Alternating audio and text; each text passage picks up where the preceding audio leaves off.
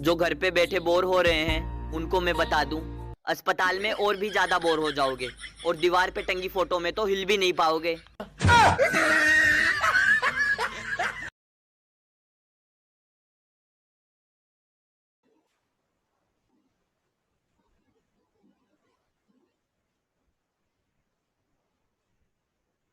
Good morning students. चलिए थोड़ा सा लेट हो गया, आज क्लास स्टार्ट करते हैं। तो पिछली क्लास में हमने सेकंड चैप्टर स्टार्ट कर दिया था, जिसमें हमने सेंट्रल प्रॉब्लम्स पढ़ी थी इकोनॉमी की। सेंट्रल प्रॉब्लम्स हमने 3 टाइप की प्रॉब्लम्स पढ़ी थी। क्या क्या थी वो थी आपकी what to produce, how to produce and for whom to produce. आज हम इसका सेकंड टॉपिक स्टार्ट करने वाले हैं और पूरे आपके 11th और 12th में केवल 3 टॉपिक ऐसे हैं जो थोड़े से टिपिकल है। उसमें एक टॉपिक तो ये है सेकंड चैप्टर का जो हम पार्ट कर रहे हैं, एक थर्ड चैप्टर का लास्ट का पार्ट, एक फोर्थ चैप्टर का लास्ट का पार्ट। तो इसे थोड़ा ध्यान से समझना, आराम से करेंगे, कोई जल्दबाजी नहीं है। आज हम करने वाले हैं production possibility curve. Production possibility curve क्या है, पहले तो इसे समझते हैं। तो प्रोडक्शन पॉसिबिलिटी कर्व जो हमने सेंट्रल प्रॉब्लम्स पढ़ी थी, उनको सॉल्व करने का एक जरिया है। यानी प्रोडक्शन पॉसिबिलिटी कर्व की मदद से हम कोशिश करते हैं कि हम अपनी जो सेंट्रल प्रॉब्लम्स हैं उनको दूर कर सकें। अब सेंट्रल प्रॉब्लम सबसे मेन ये थी कि जो प्रोड्यूसर थे उनको ये समस्या आती थी कि उनके रिसोर्सेज लिमिटेड थे और उन्हें ये डिसाइड करना था कि रिसोर्सेज के जो ऑल्टरनेटिव यूजेस हैं तो वो किस यूज में कितना इस्तेमाल करें। जैसे अगर हम बात करें व्हाट टू प्रोड्यूस की, तो प्रोड्यूसर के पास बहुत सारे ऑप्शंस होते हैं प्रोडक्शन के। तो वो उसे ये डिसाइड करना पड़ता है कि वो किस गुड्स के लिए अपने रिसोर्सेज को यूज करेगा। तो वही आपका प्रोडक्शन पॉसिबिलिटी कर्व। ठीक है, जैसे कि अगर मैं आपको बताना चाहूँ, मान लीजिए मेरे पास 100 रुपए हैं, ठीक है, और मैं 2 गुड्स बना सकता हूँ। कोई एक गुड ए है और एक गुड बी है, दोनों की अपनी अलग अलग कीमतें हैं। गुड ए को बनाने में 5 रुपए लगते हैं, गुड बी को बनाने में 10 रुपए लगते हैं। अगर मैं पूरे 100 के 100 रुपए गुड बी को बनाने में खर्च कर दूंगा तो मेरे 10 गुड्स तैयार होंगे, क्योंकि एक गुड 10 रुपए का बनता है, तो 10 गुड्स पे पूरे 100 रुपए खर्च हो जाएंगे। अगर मैं पूरे के पूरे रुपए गुड्स ए को तैयार करने पे खर्च कर दूं, जिसकी कीमत 5 रुपए की थी, तो मैं 20 गुड्स तैयार कर सकता हूँ, है ना। तो ऐसा ही प्रोडक्शन पॉसिबिलिटी कर्व होता है। बेसिकली क्या दिखाता है, प्रोडक्शन पॉसिबिलिटी कर्व ये शो करता है कि हम अपने रिसोर्सेज का इस्तेमाल करके किन्हीं 2 गुड्स का कितना कितना प्रोडक्शन कर सकते हैं। ये आपकी डेफिनेशन है पीपीसी, इसको पीपीसी भी बोल देते हैं शॉर्ट में। PPC shows the various alternative production possibilities of 2 goods. यानी कि प्रोड्यूसर अपने रिसोर्सेज का इस्तेमाल करके कितना कितना प्रोडक्शन कर सकता है। अगर इसको हम चलो कंज्यूमर के पॉइंट ऑफ व्यू से सोचें, मान लीजिए आपके पास 10 रुपए हैं और आप जो है दो टॉफी है जो आप खरीद सकते हैं। एक टॉफी की कीमत 1 रुपए की है, एक टॉफी की कीमत 2 रुपए की है। ठीक है, मान लीजिए एक तो आपकी पल्स वाली टॉफी 1 रुपए वाली और एक इक्लेयर्स वाली है 2 रुपए वाली। अब आप दुकान में गए और 10 रुपए दुकानदार को देके ये कह दिया कि मुझे सारी की सारी इक्लेयर्स टॉफी दे दो, तो कितनी टॉफी आएंगी? 5 टॉफी मिल जाएगी आपको। तो ये क्या है कि प्रोडक्शन की पॉसिबिलिटी है कि आप उस 10 रुपए को खर्च करके कितना प्रोडक्शन कर सकते हो। हालांकि मैं अभी एग्जांपल कंज्यूमर की दे रहा हूँ बस। अगर आप 10 के 10 रुपए खर्च कर दो पल्स की टॉफी पे, तो आपको 10 पल्स की टॉफी मिल जाएगी, कि उसकी 1 रुपए की कीमत।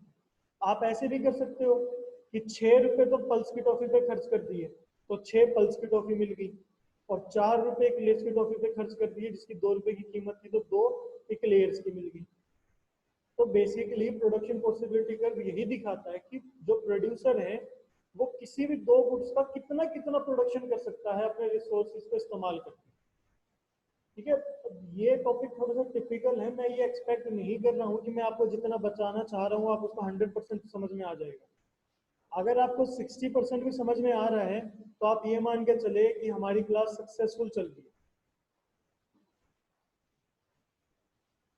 अच्छा, मेरी अन्नू ने कहा कि आवाज ऑडिबल नहीं है, क्या ये प्रॉब्लम सबको आ रही है?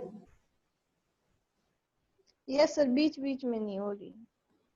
अच्छा, बीच बीच में फिर नेटवर्क की प्रॉब्लम है।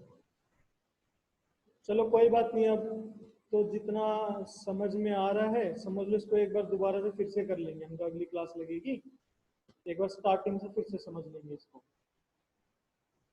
तो मैं आपको बता रहा था प्रोडक्शन पॉसिबिलिटी कर्व, जैसे कि ये शेड्यूल दे रखा है। अब पहले तो आप इकोनॉमिक्स में शेड्यूल बहुत जगह यूज होगा। शेड्यूल का मतलब समझ लो।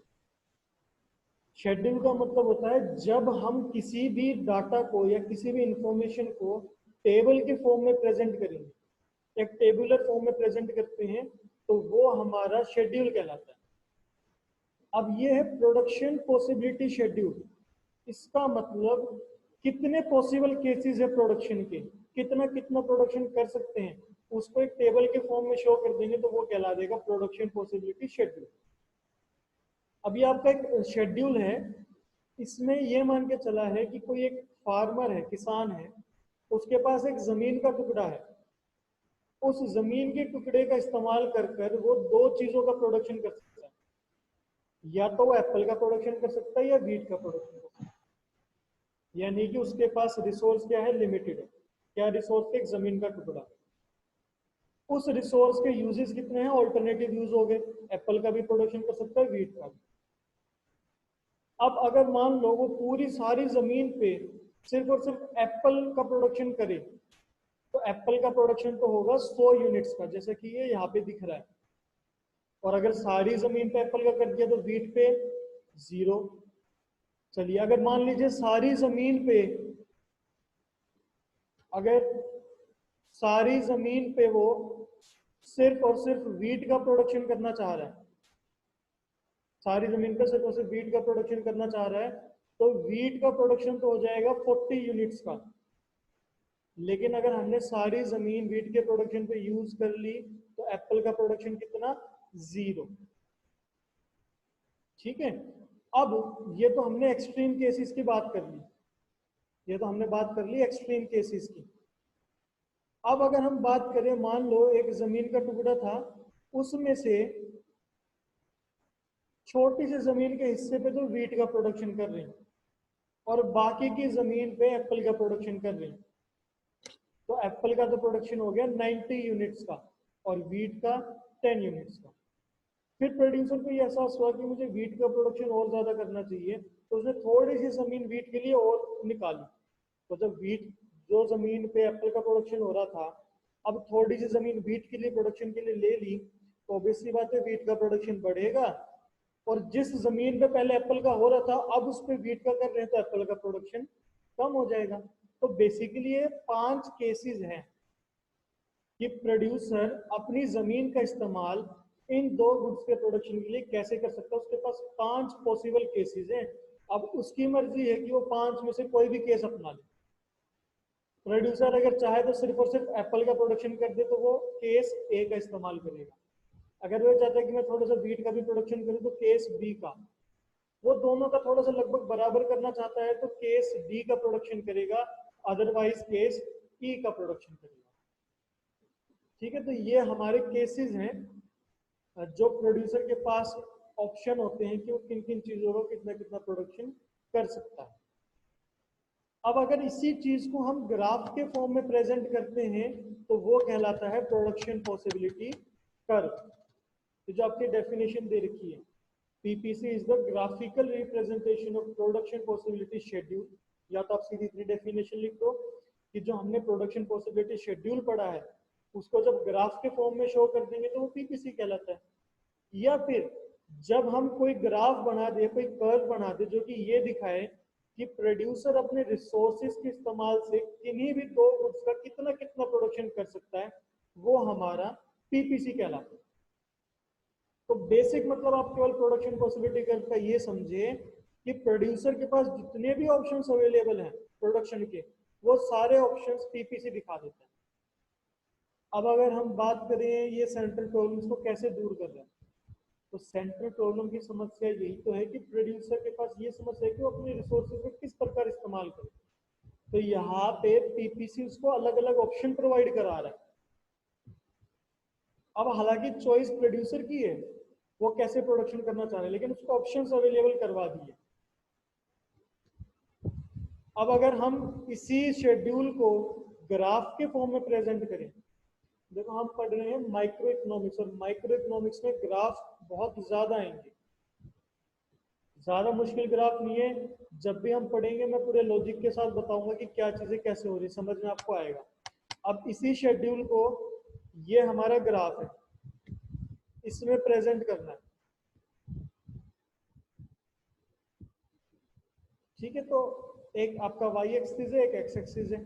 वाई एक्सिस पे हम एप्पल का प्रोडक्शन दिखाएंगे, एक्स एक्सिस पे व्हीट का प्रोडक्शन दिखाएंगे। जो हमारा पॉइंट ए है, ये शो कर रहा है कॉम्बिनेशन ए को, पॉइंट ए कॉम्बिनेशन ए को शो कर रहा है। कौन सा कॉम्बिनेशन था हमारा, ये वाला, जिसमें एप्पल का तो 100 यूनिट का प्रोडक्शन हो रहा था और व्हीट का 0। यानी कि अगर प्रोड्यूसर सारे रिसोर्सेज सिर्फ और सिर्फ एप्पल के प्रोडक्शन के लिए करेगा तो पॉइंट ए आएगा, जिसमें एप्पल का 100 यूनिट का प्रोडक्शन और व्हीट का 0।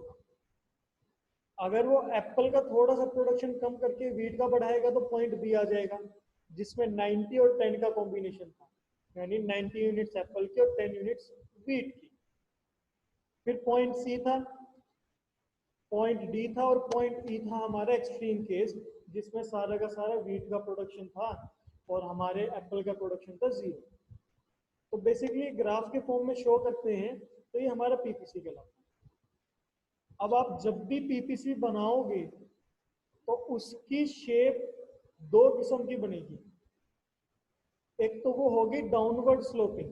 डाउनवर्ड स्लोपिंग मतलब ऊपर से नीचे की तरफ ढलान होगी उसकी। जैसे अगर आप ये कर्व देखो, ये आपके जो झूले होते हैं ना, उसमें वो होती है फिसल पट्टी होती है आपकी, ये कुछ वैसा है। यानी कि अगर पॉइंट ए पे कोई बैठेगा तो फिसल के नीचे की तरफ आएगा, नहीं आएगा, आएगा, क्योंकि इसकी डाउनवर्ड स्लोपिंग है। स्लोपिंग का मतलब ढलान, कैसी ढलान है, नीचे की तरफ है, ये ऊपर से नीचे की तरफ जा रहा है।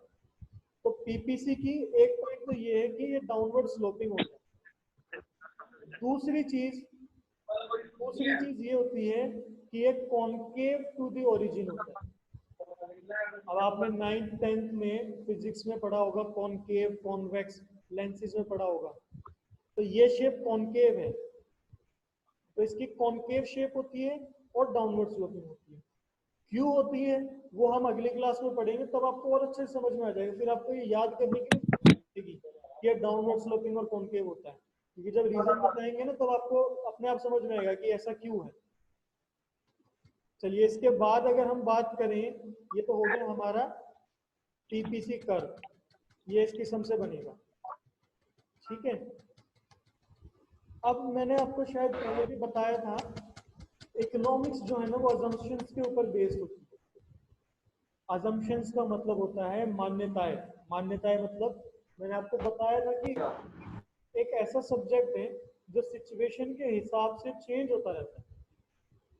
यानी हमारे जो इकोनॉमिक्स के रूल्स बने हुए हैं, लॉज बने हुए हैं ना, हम उनको एज इट इज इम्प्लीमेंट नहीं कर सकते। वो अलग अलग इकोनॉमी में अलग अलग तरीके से अप्लाई होते हैं। इसलिए इकोनॉमिक्स में जब भी कोई रूल बनता है या लॉ बनता है तो पहले उसके अजम्पशंस लिखी जाती है। यानी कि ये पहले से डिसाइड कर लिया जाता है कि कुछ कंडीशन है ऐसी, अगर ये कंडीशन एज इट इज रहेंगी तो ही हमारा लॉ कामयाब होगा, नहीं तो नहीं होगा। ऐसा ही पीपीसी के बारे में। अब प्रोडक्शन पॉसिबिलिटी कर्व हमने पढ़ तो लिया कि ये दो गुड्स के प्रोडक्शन पॉसिबिलिटी कॉम्बिनेशंस को शो कर रहा है। यानी कि ये दिखा रहा है कि दो गुड्स का कितना कितना प्रोडक्शन हो सकता है। लेकिन हम ये जब पीपीसी स्टडी करेंगे तो हम चार चीजें अज्यूम करके चलेंगे, हम मान के चलेंगे कि चार चीजें एज इट इज रहेंगी, फिक्स्ड रहेंगी, में कोई चेंज नहीं होगा, तो ही हम पीपीसी का कॉन्सेप्ट पढ़ रहे हैं, नहीं तो नहीं पढ़ पाएंगे। वो चार चीजें क्या हैं? पहली चीज, रिसोर्सेज अवेलेबल आर फिक्स्ड। इसका मतलब प्रोडक्शन के लिए प्रोड्यूसर जिस भी रिसोर्स का इस्तेमाल कर रहा है हम उसमें बदलाव नहीं कर सकते, वो फिक्स रहेगा।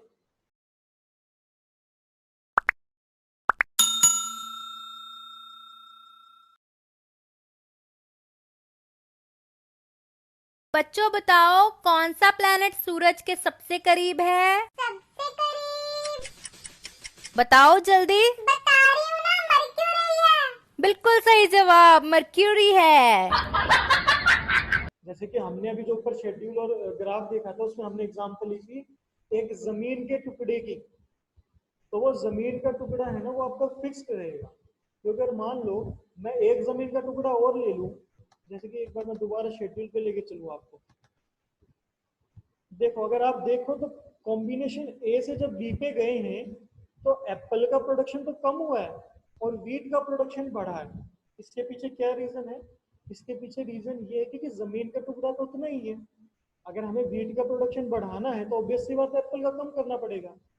जैसे कि अगर आप 10 रुपए लेके कुछ सामान खरीदने गए हो और आप इक्लेयर्स की टॉफी ज्यादा खरीदना चाह रहे हो, जो मैंने आपको इक्लेयर्स और पल्स की एग्जांपल दी थी, तो कॉमन सेंस की बात है कि इक्लेयर्स की ज्यादा टॉफी लोगे तो पल्स की कम करनी पड़ेगी। लेकिन अगर मान लो आपके पास 10 रुपए थे, अब 10 रुपए और आ जाए, 20 रुपए आ जाए, तो जरूरी नहीं है कि इक्लेयर्स की टॉफी बढ़ाने के लिए आपको वो कम करना पड़े। इसीलिए अगर हमें पीपीसी ऐसे पढ़ना है केक के प्रोडक्शन के बढ़ने से दूसरा कम होगा, तो हम ये अज्यूम करके चलेंगे कि रिसोर्सेज लिमिटेड है। तो पहली अजम्पशन इसकी ये है कि रिसोर्सेज हमारे अनलिमिटेड नहीं, सिर्फ फिक्स्ड है, चेंज नहीं होंगे। सेकंड, टेक्नोलॉजी रिमेन्स अनचेंज, यानी कि प्रोडक्शन करने के लिए प्रोड्यूसर जिस भी टेक्नोलॉजी का इस्तेमाल करेगा उसमें भी कोई चेंज नहीं होगा, उसमें ना तो कोई इंप्रूवमेंट होगा ना वो डिक्लाइन होगी। जैसे कि मान लीजिए अगर यहाँ पे फार्मर प्रोडक्शन के लिए एक ट्रैक्टर का इस्तेमाल कर रहा था, तो वो उसी ट्रैक्टर का इस्तेमाल वीट के प्रोडक्शन के लिए करेगा और उसी ट्रैक्टर का इस्तेमाल एप्पल के प्रोडक्शन के लिए करेगा। अगर हम बात करें तीसरे एजम्पशन की, तो वो है resources are fully employed. Resources are fully employed का मतलब है प्रोड्यूसर जिस भी रिसोर्स का इस्तेमाल कर रहा है प्रोडक्शन के लिए उसका पूरा का पूरा इस्तेमाल करेगा, उसमें से कुछ भी बचाएगा नहीं। अगर 10 रुपए है प्रोडक्शन करने के लिए तो पूरे के पूरे 10 रुपए खर्च करेंगे। अगर एक जमीन का टुकड़ा लिया था प्रोडक्शन करने के लिए तो पूरी जमीन के टुकड़े पे प्रोडक्शन करेंगे, उसमें से कुछ भी जमीन का हिस्सा खाली नहीं छोड़ेंगे। ये हमारी तीसरी अजम्पशन थी। चौथी अजम्पशन पे बात करें तो resources are not equally efficient in production of all the goods. इसको आप बस अभी इतना ही पढ़ो। इसका मतलब ये है कि जो हमारे रिसोर्सेज है ना वो हर किस्म के गुड्स को तैयार करने के लिए इक्वली एफिशिएंट नहीं होते। इसका मतलब एक रिसोर्स किसी एक पर्टिकुलर गुड्स के प्रोडक्शन को तो ज्यादा कर सकता है, लेकिन दूसरे गुड्स के प्रोडक्शन के लिए वो उतना सूटेबल नहीं हो सकता है। मैं आपको एग्जांपल दूं, मान लीजिए कोई एक जमीन का टुकड़ा है, वो आपके गेहूं की उपज के लिए बेटर है, तो उसमें गेहूं की फसल तो ज्यादा होगी, वो गेहूं के लिए एफिशिएंट है वो रिसोर्स। लेकिन वही जमीन का टुकड़ा मान लीजिए आप एप्पल का प्रोडक्शन करें तो उसके लिए इतना सूटेबल नहीं होगा, क्योंकि दोनों के लिए अलग अलग क्लाइमेट कंडीशन की जरूरत होती है, तो उस दौरान प्रोडक्शन इतनी एफिशिएंट नहीं होती। इसको और अच्छे से समझेंगे तो मैं आगे के टॉपिक्स कराऊंगा। तो अभी हम ये जो आगे का अपॉर्चुनिटी कॉस्ट है ये कल करेंगे। मैं एक पॉइंट और बता दूं आपको। अब अगर आप इस शेड्यूल को देखो, प्रोडक्शन पॉसिबिलिटी शेड्यूल को, तो इससे अगर हम कुछ ऑब्जर्व करना चाहें तो दो ऑब्जर्वेशंस निकल के आती है। पहली ऑब्जर्वेशन तो ये है कि जैसे जैसे एक गुड्स का प्रोडक्शन बढ़ता है, जैसे वीट का प्रोडक्शन बढ़ रहा है, देखो आप 0 से 10, 10 से 20, 20 से 30, 30 से 40, वैसे वैसे दूसरे गुड्स का प्रोडक्शन कम होता है। अगर आप शेड्यूल को देखोगे तो आप समझोगे कि वीट का प्रोडक्शन बढ़ रहा है तो एप्पल का कम हो रहा है। पहला पॉइंट तो ये निकल के आता है कि जैसे जैसे एक का प्रोडक्शन बढ़ेगा दूसरे का कम होगा। इसका एक बेसिक रीजन तो ये है कि रिसोर्सेज हमारे लिमिटेड है, तो जब उसी रिसोर्स का इस्तेमाल वीट के प्रोडक्शन के लिए करेंगे तो ऑब्वियसली बात है एप्पल का तो कम हो गई, और इसको डिटेल में अगली क्लास में समझेंगे। दूसरा पॉइंट क्या निकल के आ रहा है इससे? दूसरा पॉइंट ये निकल के आ रहा है, आपने शायद ये चीज नोटिस नहीं करी। देखो वीट का प्रोडक्शन अगर कम हो रहा है तो कितनी कितनी यूनिट से कम हो रहा है एक बार देखना। अगर हम ए से बी कॉम्बिनेशन पे जाए तो 10 यूनिट्स कम होती है एप्पल की, यानी कि वीट की 10 यूनिट बढ़ाने के लिए एप्पल की 10 यूनिट कम हुई है। चलो ये तो समझ में आता है कि एक जमीन का टुकड़ा था, उसमें पहले एप्पल का प्रोडक्शन हो रहा था, अब उसको हटा के वीट का करने लग गया, तो जितना वीट का प्रोडक्शन हुआ उतना एप्पल का कम हो गया। लेकिन अगर बी से सी की तरफ जाए तो आप समझोगे वीट का प्रोडक्शन 10 से 20 यूनिट हो गया। इसका मतलब वीट तो 10 यूनिट बढ़ गए, लेकिन क्या एप्पल 10 यूनिट कम हुए? एप्पल 10 यूनिट कम नहीं हुए हैं, एप्पल 20 यूनिट कम हुए। उसके आगे 10 यूनिट वीट बढ़ाने के लिए 30 यूनिट एप्पल की प्रोडक्शन कम हुई है। मैं आपको ये बताना चाह रहा हूं कि जैसे जैसे वीट का प्रोडक्शन बढ़ रहा है तो एप्पल का कम तो हो रहा है, लेकिन जितना वीट का प्रोडक्शन बढ़ रहा है उसके मुकाबले एप्पल का प्रोडक्शन बहुत ज्यादा कम होता जा रहा है। दोनों में बराबर नहीं है कि वीट जितना बढ़े उतना ही एप्पल कम हो जाए। इसके पीछे रीजन क्या है? इसके पीछे रीजन है ये जो हमने चौथा जंक्शन पढ़ा था।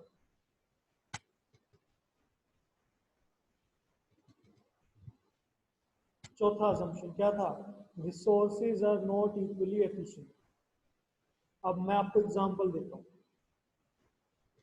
मान लीजिए मैं जिस जमीन के टुकड़े की बात कर रहा हूं वो प्रोडक्शन में हिमाचल प्रदेश में कर रहा हूं, ठीक है। अब मेरा जमीन का टुकड़ा तो वही है। अब आपको पता है कि एप्पल के प्रोडक्शन के लिए जो क्लाइमेट चाहिए होता है वो हिमाचल प्रदेश का सूटेबल है। एप्पल के प्रोडक्शन के लिए थोड़ा सा ठंडा मौसम चाहिए होता है, तो वो हिमाचल प्रदेश का ठीक है। तो भाई जो भी प्रोड्यूसर होगा वो हमेशा पहले ऐसे गुड्स का प्रोडक्शन करता है जो उसके रिसोर्सेज के लिए सूटेबल है। अब मुझे पता है कि भाई मेरी जमीन, मेरा क्लाइमेट एप्पल के प्रोडक्शन के लिए सूटेबल है, तो मैं सबसे पहले एप्पल का प्रोडक्शन करूंगा। जैसा कि यहाँ पे एप्पल का 100 यूनिट्स का प्रोडक्शन कर दिया। अब मान लीजिए, अब मेरा सिर्फ एप्पल से तो पेट भरता नहीं है, वीट भी चाहिए होती है मुझे। मान लीजिए वीट मेरे पास दूसरे स्टेट से आ रहा था, अब जो है कोरोना वायरस के कारण ट्रांसपोर्टेशन सब कुछ बंद है, तो मुझे तो अपना पेट पालना है। तो मैंने ये सोचा भैया बाहर से तो कुछ आ नहीं रहा वीट, तो क्यों ना मैं अपनी जमीन में ही प्रोडक्शन कर लूं। तो जमीन तो मेरे पास वही है, 1 एकड़ या 1 जमीन का टुकड़ा। अब उसमें मुझे वीट का प्रोडक्शन करना है तो एप्पल का कम करना पड़ेगा। तो मैंने एक छोटा सा जमीन का टुकड़ा जहाँ एप्पल बो रहा था, एप्पल की प्रोडक्शन हटा के वहां वीट की करने लग गया। तो आप ये समझो कि मैं वीट की प्रोडक्शन कर तो रहा हूँ, लेकिन वो मैं मजबूरी में कर रहा हूँ। मेरे रिसोर्सेज वीट के प्रोडक्शन के लिए सूटेबल नहीं है। तो वीट का प्रोडक्शन तो होगा भाई, जमीन में वीट बोऊंगा तो वीट तो होगा, लेकिन वीट उतना ज्यादा नहीं होगा जितना मेरी जमीन में एप्पल का प्रोडक्शन हो रहा था, क्योंकि मेरे रिसोर्सेज एप्पल के लिए सूटेबल थे। तो सेकंड पॉइंट ये है कि वीट का प्रोडक्शन जितना हो रहा है उसके मुकाबले एप्पल का लॉस ज्यादा हो रहा है, एप्पल की प्रोडक्शन कम ज्यादा हो रही है, क्योंकि हमारा रिसोर्स एप्पल के लिए सूटेबल था, उसकी फसल ज्यादा उपज हो रही थी, वीट की फसल कम उपज हो रही थी। ठीक है, इसको हम बाकी कल की क्लास में और डिटेल में समझेंगे। आपको मेरे ख्याल से कुछ तो बेसिक अंडरस्टैंडिंग क्लियर हुई होगी। बाकी आप जो मटेरियल दिए इसे स्टडी करना, और बाकी जो आगे क्लास में करेंगे तो और अच्छे से समझ में आएगा। बाकी का टॉपिक बाद में करेंगे, पर असाइनमेंट देख लेते हैं। पहला क्वेश्चन है पीपीसी क्या होता है? तो production possibility curve is the graphical representation of production possibility schedule. या तो सिंपल ये कर दो कि जो प्रोडक्शन पॉसिबिलिटी शेड्यूल बनाया था उसको ग्राफिकल फॉर्म में प्रेजेंट करेंगे तो पीपीसी है। ये सिंपल लैंग्वेज की डेफिनेशन। थोड़ा सा और प्रेजेंट करना है तो PPC is the curve which shows different possible combinations of two goods that a producer can produce with the given resources. एक लिमिटेड रिसोर्सेज की मदद से किन्हीं दो गुड्स में कितना प्रोडक्शन कर सकते हैं, वो पीपीसी शो करता है। सेकंड क्वेश्चन, पीपीसी की अजम्पशंस क्या क्या है, मान्यताएं क्या क्या है? तो 4 अजम्पशंस देखी थी हमने। 4 अजम्पशंस कौन सी थी? पहला तो था कि रिसोर्सेज हमारे लिमिटेड है या फिक्स्ड है, रिसोर्सेज आर गिवन। सेकंड ये था कि टेक्नोलॉजी कांस्टेंट रहती है, टेक्नोलॉजी में कोई भी चेंज नहीं होगा। उसके बाद हमने अगली चीज क्या देखी थी? उसके बाद हमने अगली चीज देखी थी, हमारे जो थर्ड अजम्पशन था वो ये था कि resources are not equally efficient. यानी एक रिसोर्स हो सकता है किसी एक गुड्स के प्रोडक्शन के लिए ज्यादा सूटेबल हो और दूसरे के लिए कम हो। और तीसरी अजम्पशन हमने क्या देखी थी, resources are fully employed. Resources are fully employed का मतलब हम जिस भी रिसोर्स का इस्तेमाल करेंगे उस रिसोर्स का पूरा इस्तेमाल करेंगे, उसमें कुछ भी वेस्टेज नहीं करेंगे या कुछ भी चीज बचाएंगे नहीं। यानी अगर हम 1000 रुपए से प्रोडक्शन कर रहे हैं तो पूरा का पूरा 1000 रुपए इन्वेस्ट करेंगे। अगर एक जमीन के टुकड़ा ले रहे प्रोडक्शन के लिए तो पूरा का पूरा जमीन का टुकड़ा करेंगे, उसमें कुछ भी रिसोर्स की सेविंग नहीं होगी। तो बेसिकली ये था हमारा आज का कॉन्सेप्ट। हमने पीपीसी समझा, प्रोडक्शन पॉसिबिलिटी शेड्यूल समझा, इसकी असम्पशंस देखी और हमने 2 पॉइंट इसके शेड्यूल से समझे, 2 ऑब्जर्वेशन कि जैसे जैसे एक गुड्स का प्रोडक्शन बढ़ेगा दूसरे का कम होगा, और एक गुड्स का प्रोडक्शन जिस रेट से बढ़ रहा है वो रेट कम है एज कम्पेयर टू जितने दूसरे रेट से कम हो रहा है। बाकी इसको और डिटेल में करेंगे अगली क्लास में। चलिए अब अगली क्लास अकाउंटेंसी की रखनी से बिजनेस ठीक है। चलिए अगली क्लास आपकी बिजनेस की है। हाँ लिंक या तो भेज दिया होगा, नहीं भेजा तो भी भेज देते हैं। 5-10 मिनट के गैप में अगली क्लास स्टार्ट हो जाएगी।